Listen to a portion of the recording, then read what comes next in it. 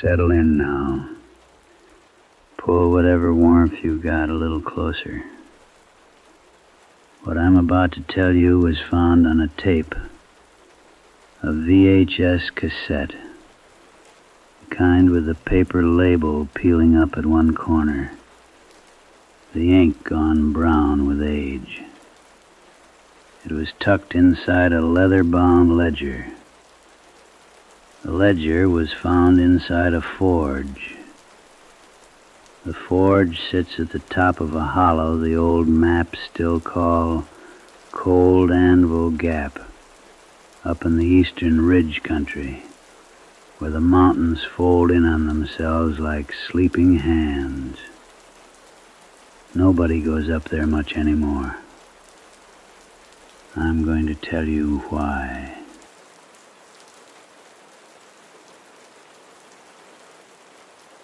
The one who found the ledger, we'll call them the inheritor, because that's what they were, had driven up the mountain road in early October, when the leaves had gone the color of old copper, and the fog sat so low in the gap you couldn't see the ridge line from the turnout.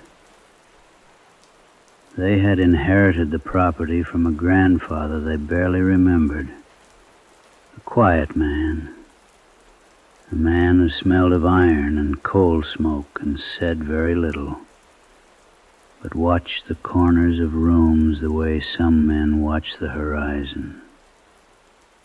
The cabin sat back from the road by a quarter-mile of rutted track, and the forge sat behind the cabin like a second, darker thought. The inheritor parked, sat in the car for a moment longer than necessary. The silence outside was the wrong kind of quiet, not the peaceful quiet of a hollow at rest, but the held breath quiet of something waiting to see what you'll do next. They got out anyway. The cabin door was unlocked. It always had been, the grandfather had said once, in the only letter he ever wrote.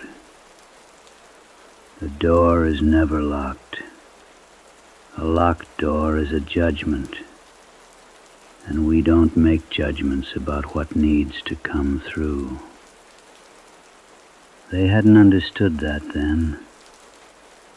Inside, the cabin smelled of pine resin and dust, and something underneath, something mineral, the way the inside of a well smells, or the back of a cave, cold and old and patient. On the table, beside a lantern with no oil left in it, sat the ledger. It was bound in leather, gone dark as charcoal, and the pages inside were thick, cream-colored, hand-stitched. The handwriting was deliberate, careful. The handwriting of a man who had learned to write late in life and treated each letter like a thing of consequence. On the first page, in that careful hand, for whoever comes after, read slow. This work requires understanding before it requires hands.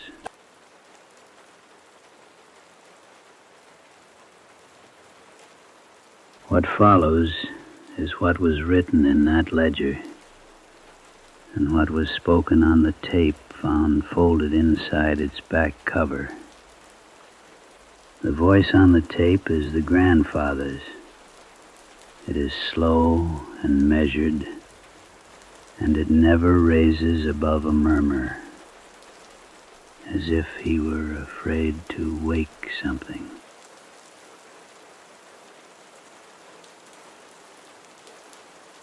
There is a trade, the old man says on the tape, that most folks have forgot, and that's by design. The forgetting was intentional, made it safer for the ones who didn't need to know. But this trade has to be kept up, has to be passed down. If it isn't, things start to drift. Let me tell you what I mean by drift. You know how, on a real cold morning, the fog sits in the hollows like it's been poured there, thick and gray and still, and how the hollow looks not like itself, but like a copy of itself, like something learned what a hollow looked like and tried to make one, but got the details slightly wrong. That's the gray spaces talking. That's them pressing up close. The mountains, these old mountains, older than the names we've put on them, they sit right up against something else. Not another place exactly, more like the absence of place, the gray spaces, where the drifting things live. Most times, the stone and the soil and the cold iron in the earth holds everything in position, tethers the world to itself. But houses, structures, they're delicate. They sit on the skin of things, and without proper anchoring, they begin to move. Not all at once, slow, the way a boat tied with a bad knot drifts from the dock. You don't notice until you look up and the dock is further away than it ought to be. First the corners go soft, then the threshold starts to feel uncertain. Then one morning you wake and the light through the window is the wrong color, and the sound of the wind is coming from a direction that doesn't exist on any map. That's when you know the house has started to go.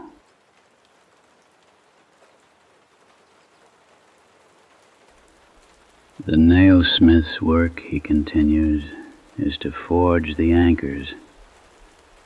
7 nails, specific iron, specific method. You drive them into the 7 thresholds, the 2 door frames, the 4 window sills, and the hearthstone.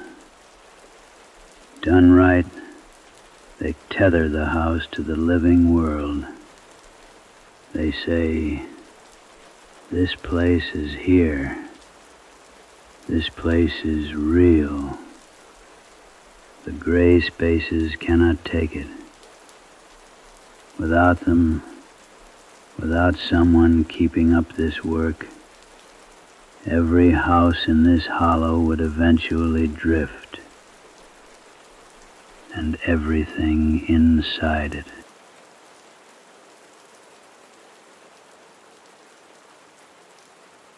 I'm going to tell you the method now, exactly as it was told to me, and as it was told to him before, going back further than the names I know. First, the coal.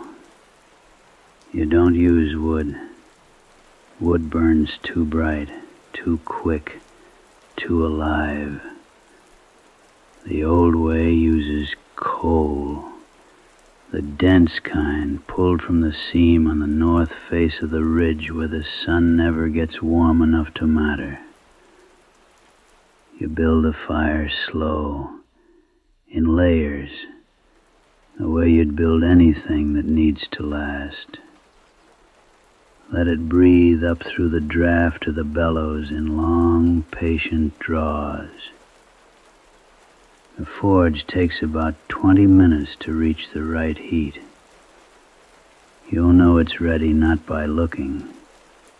Looking at it directly will ruin your night sight, and you need that. But by holding your hand at the edge, palm down, and counting. When you can only count to 3 before it becomes unbearable, it's ready. Second, the iron, cold iron. And I don't mean that as a manner of speaking, the way some folks use the term. I mean iron that has never been worked, never been shaped for any other purpose. You can feel the difference in it. It has a density to it that reworked iron doesn't have. A weight that pulls toward the earth rather than sideways. The old way says this is because cold iron still remembers what it is. It hasn't been asked to be anything else yet. You let the rod sit at the edge of the heat for a full count of 60 before you move it in. Third, the silence. You don't speak while you're working. Not a word. Not even to yourself. The work requires all of you. Not just your hands and your eyes, but the part of you that usually fills silence with noise. You have to bring that part quiet. The gray spaces listen for voices. A voice is a thread, and they will pull on it. The hammer you use is the one I've left hanging on the south wall of the forge. Do not use any other. It was weighted specific. The head is heavier than it looks. The old man who made it said the weight was for respect.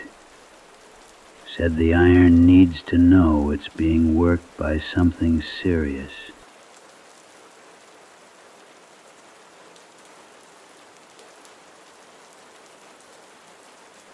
The inheritors set the ledger down at this point, it seems. There are water rings on the page here, from a cup set down and picked back up several times. The marks of a person sitting with something for a long while before deciding what to do with it. Outside the cabin window, the fog in the gap had thickened while they read. The corners of the room, they noted this later in the margin of the ledger in their own handwriting, the corners of the room had begun to look soft.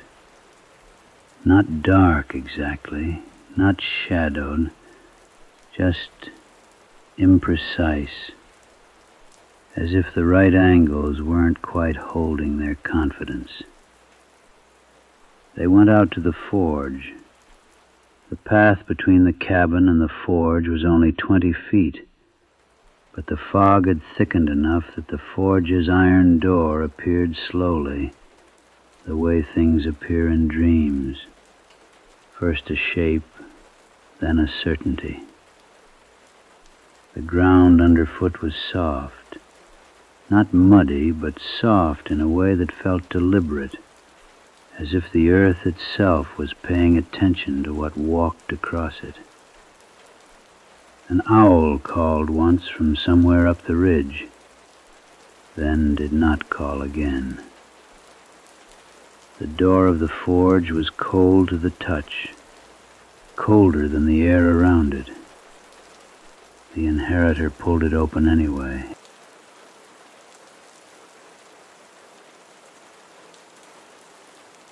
The coal was already there, stacked and waiting, the way the grandfather must have left it.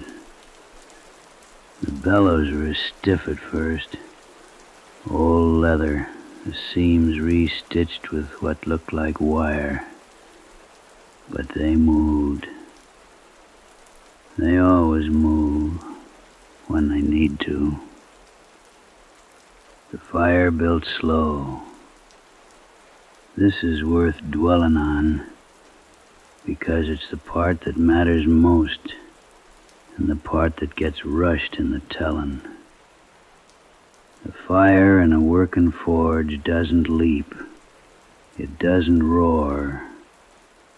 It builds the way conviction builds, slowly, from the center outward, establishing itself in layers until it reaches a heat so steady and deep it no longer needs to announce itself. You feel it before you see it, in the skin of your face, in the backs of your hands. The coal popped once, settled. The light it threw was red-orange, the color of last light on a sandstone cliff. It turned the interior of the forge the color of old amber. And in that light, the tools hanging on the walls, the tongs, the hardies, the swages, they cast long, still shadows that didn't move even when the fire breathed. The cold iron rod was on the shelf where the ledger said it would be. It was heavier than it looked, considerably heavier. The kind of weight that makes you adjust your stance without thinking about it.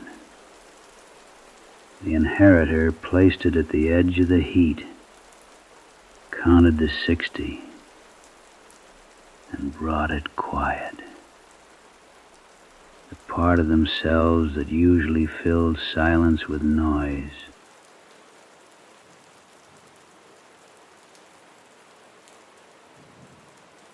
The first nail took a long time.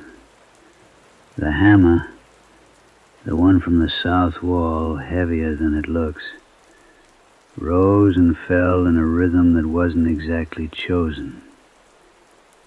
It settled into the work the way a rocking chair settles into its groove. Rise and fall, rise and fall. The iron glowing yellow-white at the tip, cooling toward orange at the shank, the sparks jumping off the anvil in small, lazy arcs. The smell of hot iron is not like any other smell. It is mineral and clean, the way a struck match is clean, the way the air before a storm has a keenness to it that is also a kind of warning. It filled the forge and it filled the lungs, and it settled somewhere behind the eyes where the world becomes very simple. Strike, turn, strike. The first nail took shape the way the old man said it would. Not sharp at the tip so much as tapered, the way a tooth tapers, the way a root tapers down into the earth it is meant to hold. It cooled in the slack tub in a hiss of steam that smelled of iron and old water. 5 more times the process followed the same unhurried shape. The fire never faltered. The rhythm never broke. There is something in repetitive, careful work that empties the mind of everything unnecessary. Worry, grief, the low, persistent noise of ordinary life. It all burns off, the way dross burns off iron, leaving only the task and the heat and the weight of the hammer in the hand. On the 6th nail, The inheritor paused before the final strikes, not from doubt, from something closer to recognition, the understanding that the seventh would be the last, and that after the seventh, the work would be real, and the world would know what had been done here. They finished the sixth, let it cool, drew the seventh rod from the shelf. By the time the seventh nail cooled, the fog outside the forge window had pressed itself flat against the glass.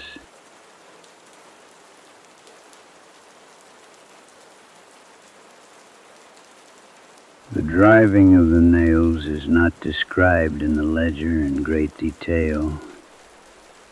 The old man's tape runs out before he gets to it. But the margins of the ledger, the same handwriting as the inheritor's watering notes, tell it in short, careful sentences. First threshold, east door frame, nail set flush, felt the frame solidify somehow, like it had been uncertain before and was not anymore. Second threshold, west door frame, same. Third through sixth, the 4 windowsills. By the fourth, the corners of the room had come back to right angles. Seventh nail, the hearthstone. By the time I set the last one, the fog had pulled back from the glass, not lifted, pulled back, like something withdrawing, like something that had come very close and was now deciding to wait a while longer. The house felt present. That's the only word. Present. Like it knew where it was.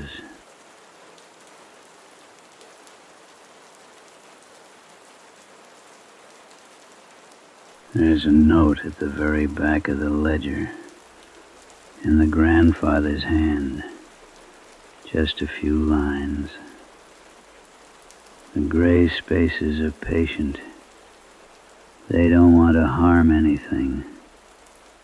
They just want what they've always wanted. More room. And the world, if you let it, will give it to them. Inch by inch, hollow by hollow. The nailsmith's work is not glamorous. It is not remembered. Most of the people whose homes you anchor will never know your name or understand what kept their world from softening at the edges. But you'll know. When you drive the seventh nail and you feel the house settle and you hear the quiet take on a different quality, a present quality, a located quality, you'll know you've done what needed doing. Don't let the trade die. Pass it down. There are more hollows than there are hands to tend them, and the gray spaces are always, always patient.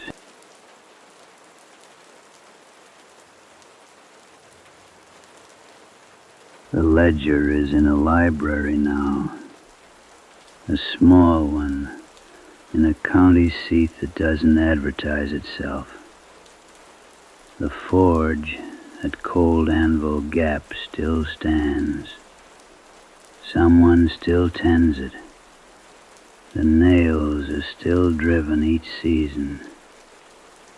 And the house, if you were to drive up that rutted track on a cold October morning and stand at the threshold and lay your hand against the door frame, you would feel it, solid, present, exactly where it is supposed to be, as it should be, as it always should be.